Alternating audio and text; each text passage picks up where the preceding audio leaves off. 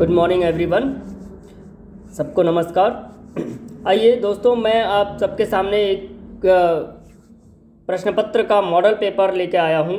जैसे दीनदयाल उपाध्याय गोरखपुर विश्वविद्यालय गोरखपुर द्वारा बीए, बीएससी, बीकॉम जैसी परीक्षाओं के जो CBCS पाठ्यक्रम है, जो अनिवार्य प्रश्न पत्र के रूप में उसमें एक प्रश्न पत्र जुड़ा हुआ है, इंट्रोडक्शन टू दीनदयाल उपाध्याय, उसका मॉडल पेपर प्रस्तुत कर रहा हूँ। इस बार इस कोर्स का नाम जो है इंट्रोडक्शन टू दीनदयाल उपाध्याय है और इसका कोर्स कोड जो है HIS 106 है। ये सभी CBCS पाठ्यक्रम के जो BA, BSc, BCom के जो नए छात्र हैं या स्नातक स्तर के, उन सभी के लिए यह एक अनिवार्य प्रश्न पत्र है माइनर पेपर का। तो उसमें कौन से प्रश्न जैसे बहुविकल्पीय जो ऑब्जेक्टिव टाइप के क्वेश्चंस हैं वो क्वेश्चंस आ रहे हैं। तो मैं ये 40 क्वेश्चंस का एक मॉडल पेपर आपके सामने प्रस्तुत कर रहा हूँ। इससे आशा करता हूँ कि इसका दूसरा मॉडल पेपर भी मैं आप सबके सामने जल्दी ही प्रस्तुत करूँगा।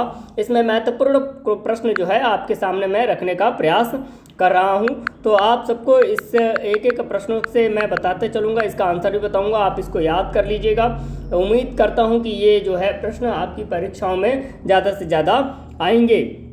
और दोस्तों, पहला प्रश्न है, दीनदयाल उपाध्याय का जन्म कब हुआ था? तो इसका सही उत्तर है, दीनदयाल उपाध्याय का जन्म 25 सितंबर 1916 को हुआ था। दूसरा प्रश्न, दीनदयाल उपाध्याय का जन्म कहाँ हुआ था?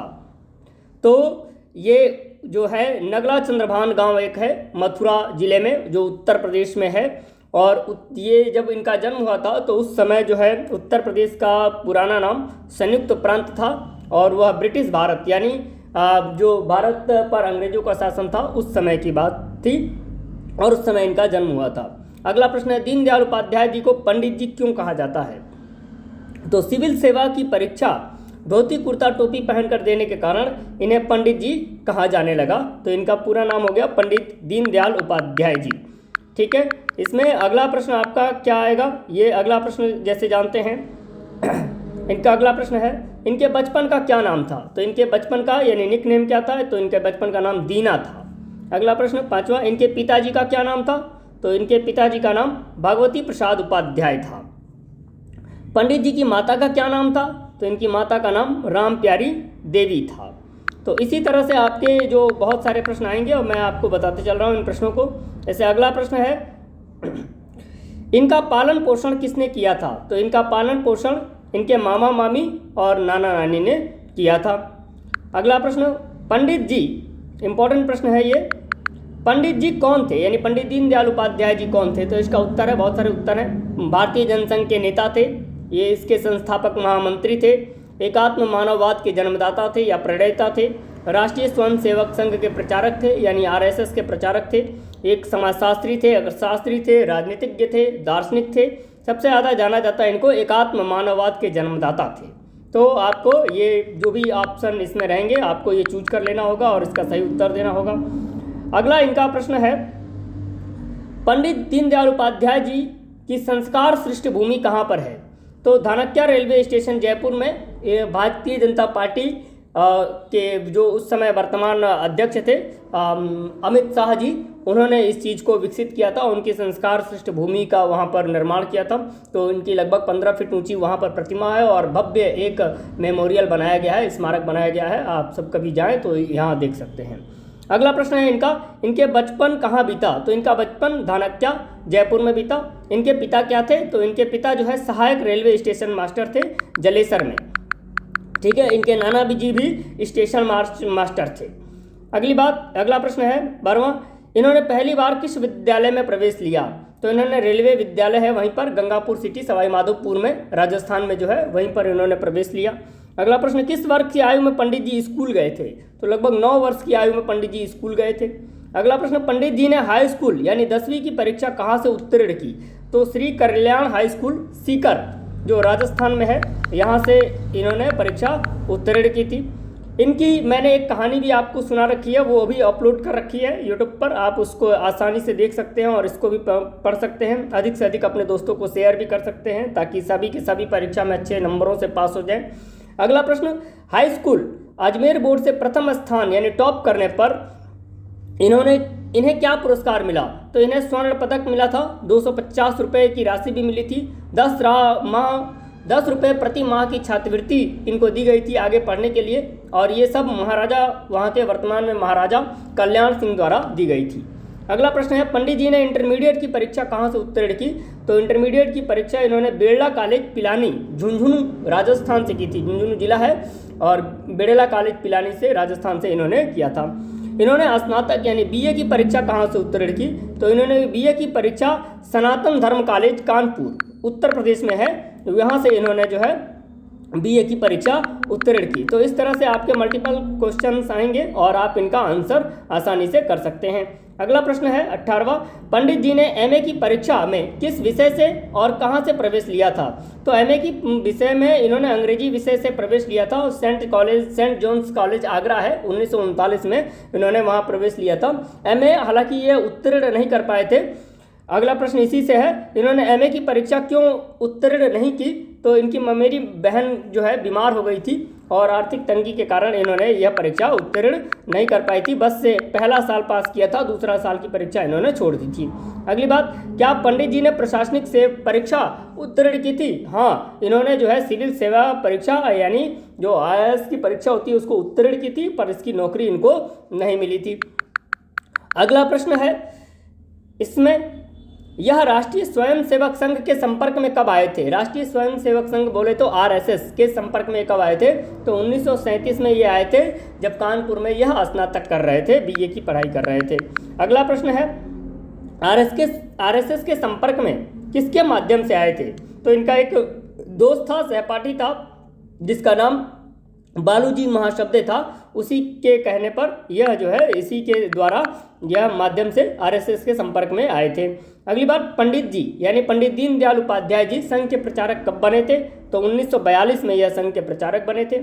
अगला प्रश्न, संघ का प्रचार यानी RSS का यानी भारतीय जनसंघ का इन्होंने प्रचार कहाँ से शुरू किया था? तो लखीमपुर खीरी जिला है उत्तर प्रदेश में, वहीं से इन्होंने किया था। और यहाँ पर लखीमपुर खीरी जिला में दुधवा राष्ट्रीय उद्यान भी है, जो बाघों के लिए प्रसिद्ध है। आप इसको एक और क्वेश्चन के रूप में जान सकते हैं। अगला प्रश्न, भारतीय जनसंघ के प्रथम राष्ट्रीय अध्यक्ष कौन थे?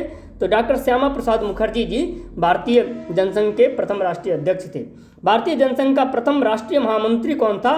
तो पंडित दीनदयाल उपाध्याय जी इसके संस्थापक राष्ट्रीय महामंत्री थे। आपको ये जानना चाहिए और इससे प्रश्न आएंगे।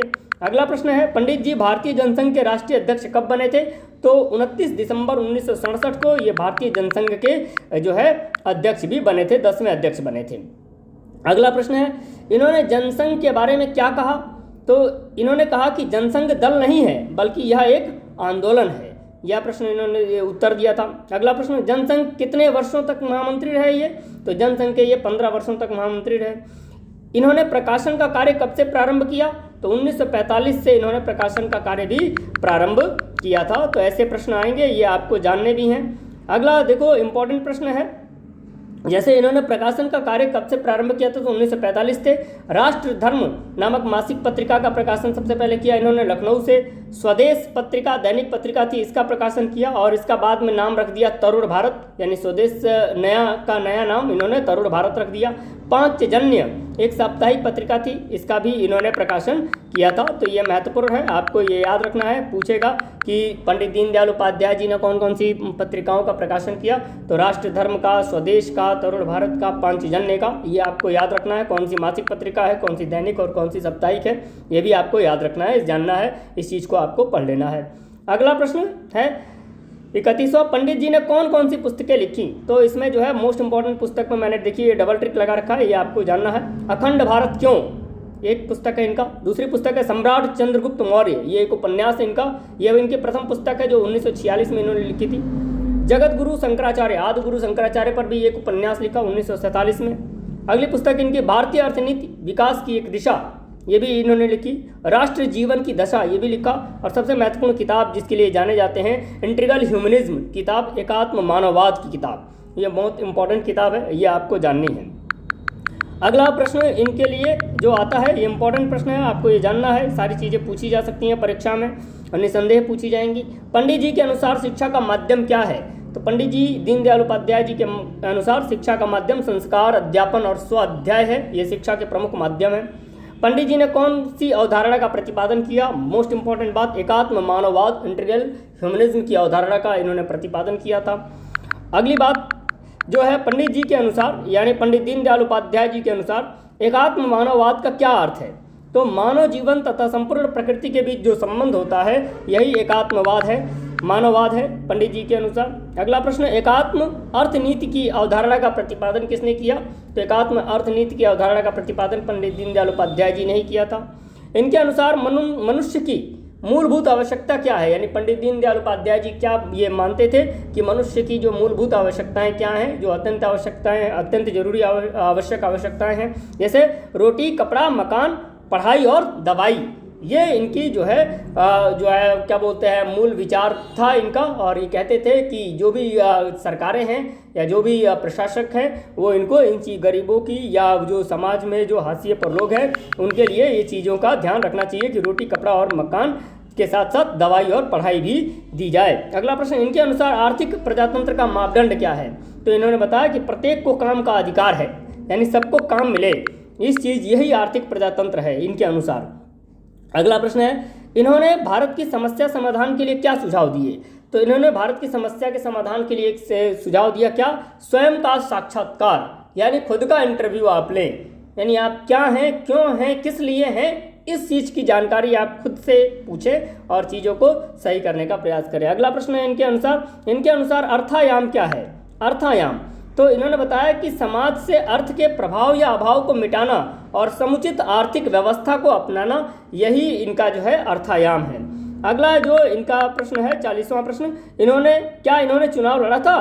तो हाँ, इन्होंने लोकसभा का चुनाव लड़ा था 1963 में, जौनपुर से लड़ा था और यह चुनाव हार भी गए थे। तो इस तरह से 40 प्रश्नों का एक मॉडल पेपर मैंने आपके सामने प्रस्तुत किया है। दूसरा मॉडल पेपर भी मैं आपके सामने जल्द ही प्रस्तुत करूंगा। इस चीज़ को आप बहुत अच्छे से पढ़ने का प्रयास करिएगा और मैं आशा करता हूं कि इनसे बहुत सारे प्रश्न आपके में आएंगे और आप इसको पढ़कर बहुत अच्छे से पास भी हो जाएंगे। ये सारी चीज़ें हैं। तो आज के लिए इतना ही। बहुत बहुत धन्यवाद आप सभी को।